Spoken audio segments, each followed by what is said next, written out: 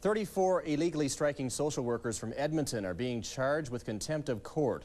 Lawyers for the province filed a notice of motion against the members this afternoon. The strikers are scheduled to be in court on Friday. Meanwhile, the Edmonton Food Bank is facing a crisis situation. The number of food hampers going out has skyrocketed 117% since the illegal strike by social workers began on May 1st. And as John Loveland reports, the food bank is not the only agency facing desperately short supplies. Crisis. It's a word the food bank doesn't like using, but it's a word that describes its present situation. Food stocks are dangerously low as the illegal strike by social workers drags into its 15th day. Twice the normal number of food hampers are going out because clients can't reach their social workers. They can't get a hold of someone in the department for emergency food voucher. Singles aren't getting service from the department at all, as far as intake or anything like that. And also the working poor don't know when the checks are going to be coming out. And the lineups at other relief agencies are also getting longer. There's a lot of people very stressed out. In the Women's Centre, they're having a lot of ladies coming for lunch. There's 34 for lunch yesterday. Normally they have 9 or 10. Social workers responded with a food drive at Sir Winston Churchill Square over the noon hour.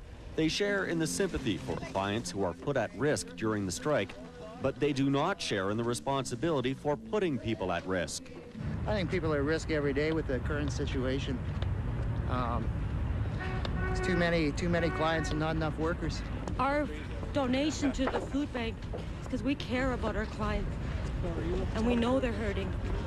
We're hurting too, and we're kind of mystified by a government that doesn't want to respond. The strikers aren't the only ones blaming the government. Groups that speak for the province's less fortunate are also throwing their allegiance behind the social workers, even though some of their members are being placed at risk because of the strike. We do want them to get back to work, but the problem is not the social workers, it's the government. The province still refuses to negotiate with the union until the illegal strike comes to an end. The social workers say they aren't going back to work until the province deals with the caseload issue. No new bargaining sessions are slated.